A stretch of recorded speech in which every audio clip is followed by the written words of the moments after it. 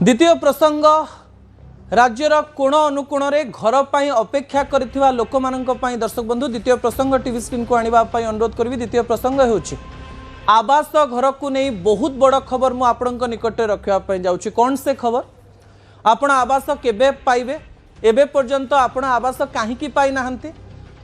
गोटे घटना किपरि अनेक गुड़िए चित्र एवं चरित्र को सामना को नहीं आसुची एवं यही घटना किपरि सारा राज्यर लोक मानू प्रभावित करुच्ची से घटना आपण निकट रखापी जाऊँगी।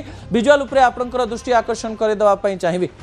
राज्य में बन्या परिस्थिति है एवं बन्या परिस्थिति रे जिते नेता माने गाँ को गाँ बुलिले सेतेबेले असल चित्र सामना को आसीगला। गणमाध्यम कैमेरा रे कैद है राज्य रे थिबा हजार हजार माटी घर कहानी। आवास व्यवस्था विषय वर्ष वर्ष धरी आमे खबर करुचे एवं शुणुचे किंतु एबे भी गाँव में हजार हजार घर माटी घर आज्ञा एवं सरकार तो तथ्य भी देइचंती एथर बन्यारे 5000 रु अधिक घर क्षतिग्रस्त होईची। अर्थात पक्का घर तो है नथिबो माटी घर किंबा अन्य कोनोसी थिरे तयारी हेतिबा घर हेतिबो सेहिति पई व्यवस्था एमती हेची। तापरे हठात पंचायत राज मंत्री संबलपुर सांसद एवं आउ किछि सांसदों को नेकरी मंत्री पाखक पहुँचले। केंद्र मंत्री शिवराज सिंह चौहान को पाखक पहुँचले एवं खबर आसिला जे एबे आउ आवास को लेकर समस्या हब नाही। दुईटी प्रश्न आम आपण निकटे रखिबु।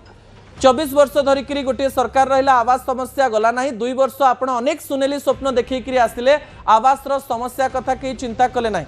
आमे केवल गोटे कथा को नहीं कन्फ्यूज ए खबर आमे टेक्निकली जानी थाई परो गाँ लोक केवल टीवी रे सुनुते पोर्टाल खोलिलानी सर्वे हैला नाही। किछि खबर या भी प्रसारण हुए आपण सुनिथिबे जे योग्य व्यक्ति पाईगले अयोग्य व्यक्ति पाइलेनी एमती खबर भी आपण जानिथिबे। अनेक लोक कहती आमको पीओ को 10,000 टका दवापाई पड़ुची कुजी नेता को 10,000 टका दवापाई पड़ुची ताले जाइकरी आम ना उठुची तल स्तर में यही ना गुड़ी को विभिन्न समय चापी दि जाउची बोली कहा जाउची एवं अनेक योग्य लोक पाई पारु नांत।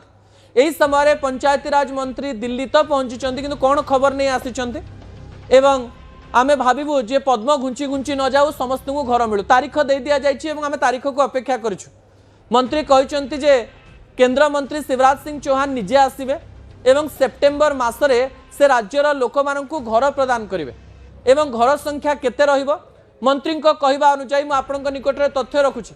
मंत्री आज प्रतिक्रिया दैछन जे आमे 31 लाख घर पई सर्वे करि सारलुनी। ओडिसार भाग रहिछि प्राय 38 लाख बोली कहा जाउछि आउ प्राय 7 लाख घर सर्वे करिवार अछि। अगस्त 27 तारीख द्वारा यही सर्वे सरीजिव सर्वेलेंस सरीजिव एवं तापरे को माने घर पाइबा कथा एवं को माने घर पाइबा कथा नुहे ता स्पष्ट हो एवं सेप्टेम्बर रे समस्त को घर मिल जाव।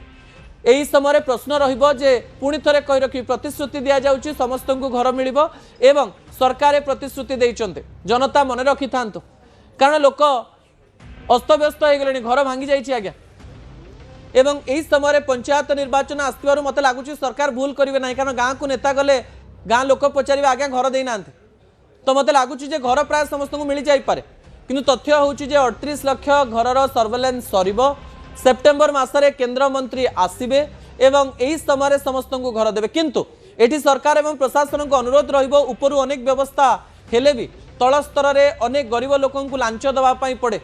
अनेक लोक घर थाई भी घर दाबी करती एवं विभिन्न प्रकार फर्जी कागज पत्र एवं विभिन्न मिछ कथा देखिए घर नहीं जाते। ए दायित्व होउछि सरपंचंकर सरकारी दलर नेता एवं विरोधी दलर नेता मानकर सही अंचल विधायक सांसद मानकर एवं सही अंचल रे थिबा ऑफिसर मानकर जो माने काम करते जो पीओ रहिचंती बीडीओ रहिचंती सेमानकर दायित्व एही समय कोनोसी गोटे भी अयोग्य व्यक्ति घर न नहीं जाऊ। जदि अयोग्य व्यक्ति घर नहीं जाउछि तो ठीक अच्छे किंतु योग्य व्यक्ति यही समय कष्ट न पड़ू। दर्शक बंधु से समय आम खबर प्रसारण करूँ जे आपण कौन कही कौन कले।